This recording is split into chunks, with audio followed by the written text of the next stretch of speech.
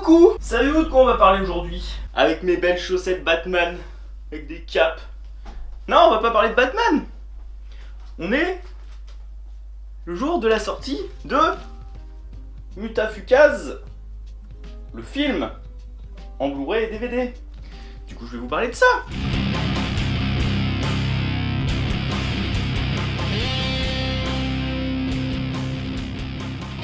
Ceux qui connaissent pas Mutafukaz, à la base, c'est une BD éditée par le label 619. C'est chez Ankama. Ça, c'est l'intégrale. À la base, c'est en 6 tomes. Enfin, c'est en 5 tomes et il y a un tome 0 qui n'est pas dans ça. Et ça nous raconte l'histoire d'Angelino, lui, qui est un loser, ouais, qui vit dans une ville qui s'appelle DMC, Dark Mid City, avec son meilleur pote qui s'appelle Vince. C'est le mec avec le crâne enflammé. Et il y a un pote qui vient les voir de temps en temps, qui s'appelle Willy, qui est un peu un mec relou, mais qui est sympa quand même. Et sa vie Angelino, d'ailleurs Angelino n'est pas là, parce que j'ai un chat qui s'appelle Angelino à cause de lui. Luna n'est pas là non plus, il est dehors. Il est dedans, il y a une fille qui s'appelle Luna. Et du coup, la vie d'Angelino bascule à cause de cette Luna. Il est livreur de pizza au départ, il voit cette Luna, et il peut pas détacher son regard d'elle, et il se prend un camion dans la gueule. J'en connais un autre d'ailleurs qui s'est pris un camion dans la gueule. Coïncidence? Je crois pas. Ça déclenche quelque chose qui était en lui. Il arrive à voir certains trucs que les personnes normales ne peuvent pas voir. Et en gros, c'est une sorte de complot extraterrestre, si on veut. En gros, il voit des gens qui ont une apparence normale, mais leur silhouette, elle est pas normale. Je sais pas si c'est des hallucinations qu'il a ou si c'est vraiment un complot extraterrestre tentaculaire et qu'il y a des trucs chelous qui se passent. Mais on comprend vite que c'est pas que des hallucinations quand ils se font pourchasser par des hommes en noir comme ça au calme. Le film Qui est fait par le studio 4 degrés. Et oui, on dit 4 degrés et pas 4C normalement. Moi aussi je l'ai appris ça. a mis une dizaine d'années avant d'être fait. Moi j'ai été voir 2 fois au cinéma, une fois en avant-première, une fois après. Et au cinéma, le rendu n'est pas pareil qu'avec le Blu-ray, je trouve. Enfin, Blu-ray ou DVD. Après, enfin, c'est... Je sais même pas comment dire ça. Je leur dirai après. La version que j'ai, c'est la version spéciale de la Fnac, qui a un petit artbook au milieu comme ça, d'une 20aine de pages, avec des croquis qui ont été utilisés pour le film et tout. C'est sympa, mais c'est pas indispensable. Après, si vous adorez le film, si vous adorez la BD, oui, prenez-le. Mais sinon, vous pouvez vous en passer complètement. C'est grâce à AB Vidéo qu'on a pu avoir le truc en DVD et en Blu-ray. Petite particularité d'ailleurs, vous avez la version anglaise qui est sur le Blu-ray, mais pas sur le DVD. Et sur l'édition Blu-ray, vous avez le Blu-ray avec le film. Et dedans, avec ce Blu-ray, il y a 4 bonus. Et il y a un DVD avec que des bonus. Et il y en a un peu moins d'une vingtaine, je crois. Je les ai tous regardés. Après, je les avais déjà pratiquement tous vus. Parce que quand le film en fait est sorti, Guillaume Renard, il les avait tous mis, c'est lui qui les a fait tout seul, hein, et il les a tous mis sur le Facebook de Mutafukaz. Et il y en a genre 2, je crois, que c'est pas lui qui les a fait. Et si je dis pas de conneries, c'est ceux sur les doublages. Et vous avez aussi ce qui a donné naissance, je sais plus si c'est que à Mutafukaz ou si c'est au film, mais en gros c'est un petit truc d'animation d'un peu moins de 10 minutes qui s'appelle Opération Blackhead. C'est de l'animation 3D là, et c'est exactement un des passages que je préfère du film où t'as les Z7. Les Z7 c'est une sorte d'unité spéciale d'intervention, genre GIGN et tout, qui arrive et qui défonce la porte de chez Angelino et Vince pour les tuer, pour les arrêter, on ne sait pas vraiment. Je reviens à parler de cette version anglaise. La version anglaise, elle a un casting... Après, pour la version française, c'est pareil, hein. Le casting de version française, il est vraiment super cool, hein. Il y a des personnes super connues. Et pour la version anglaise, il y a des personnes super connues aussi. T'as Danny Trejo qui fait Maccabée. C'est la voix que j'attendais le plus, et j'étais un peu déçu. parce que, je sais pas, pour ce personnage, la voix, parfois, elle fait un peu trop, je sais pas comment expliquer, caverneuse, je sais même pas, mais j'ai l'impression, enfin, c'est ce qui m'a embêté, c'est que j'avais l'impression qu'ils avaient foutu un effet dans sa voix qui la rendait plus grave, plus caverneuse, et il y avait certains moments, le début par exemple, où je comprenais rien quand il parlait. Là, vu le casting qu'il y avait en VO, j'avais vraiment, enfin en VO, en anglais, j'avais vraiment envie de le voir en anglais, parce qu'il y a aussi, comment il s'appelle déjà, Giancarlo Esposito. Si vous ne voyez pas de qui il s'agit, c'est Frings dans Breaking Bad. qui fait la voix de Mr. K.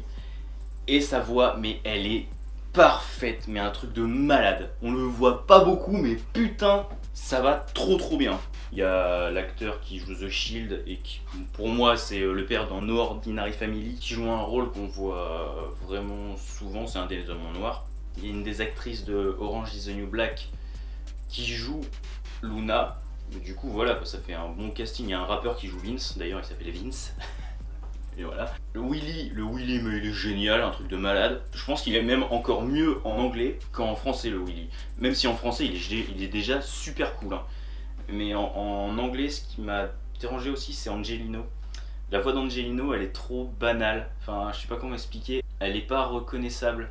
Enfin, c'est dur à dire, mais enfin, c'est dur d'expliquer comment je veux dire ça. Mais la voix... En gros, à un moment, ils sont au téléphone, lui et Willy. Et lui, eh ben, je l'aurais pas su que ça aurait été lui derrière le téléphone, quand on l'entend derrière le combiné, quand on voit Willy et qu'on entend Angelino par le combiné. Si je l'aurais pas su, j'aurais pas compris que c'était lui. Du coup, c'est là que je me suis dit que la voix d'Angelino en anglais elle était pas super. Celle de Vince est cool, après celle de Willy, mais comme je viens de dire, elle est géniale. Quoi. Je vais vous dire ce que j'ai pensé de cette version Blu-ray et DVD. Alors... Bah, d'avoir le tout en DVD et tout, en Blu-ray c'est cool, hein. Les bonus ils sont cool, ils sont super intéressants, t'apprends des trucs. Run, la première fois que je les avais vus, il m'avait donné envie de regarder The Live. Et je l'avais pas fini, du coup maintenant, après les avoir regardés, j'ai encore envie, j'ai envie de le finir du coup. Mais il y a un truc qui m'a un peu dérangé, et si vous l'avez pas vu au cinéma, je pense que ça va pas vous déranger, mais après l'avoir vu au cinéma 2 fois, je sais pas, j'ai l'impression... Enfin, si t'as pas genre un kit au moins 2 points, enfin 5 points, je pense que c'est le top. Mais si t'as pas au moins un kit 2 points, et ben vu que dans les musiques de Toxic Avengers, il y a plein de basses, et ben quand tu le regardes chez toi, il y a un truc qui est cassé. Justement quand je vous parlais de mon passage préféré où il y a les headsets qui enfoncent la porte.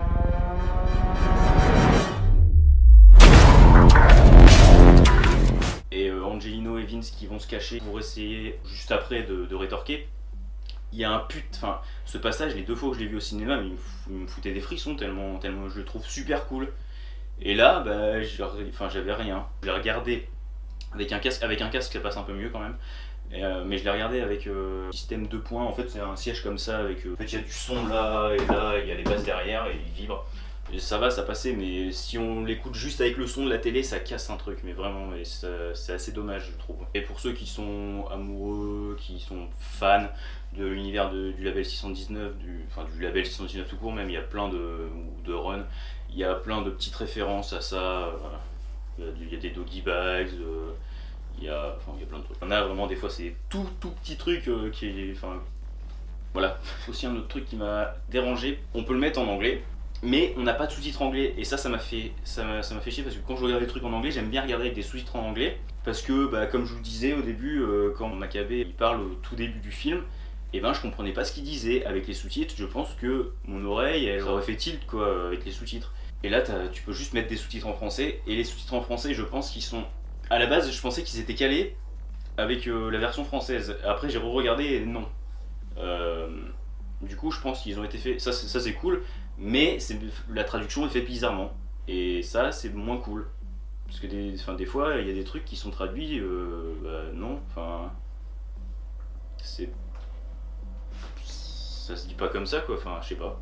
Après il y a des sous-titres juste pour sourds et malentendants, ça c'est bien. Et qu'est-ce que je voulais dire d'autre? Oui, du coup en français aussi, je vous disais qu'en anglais on avait déjà un casting voix, acteur qui était vraiment cool, mais en français on a vraiment un casting qui est super cool.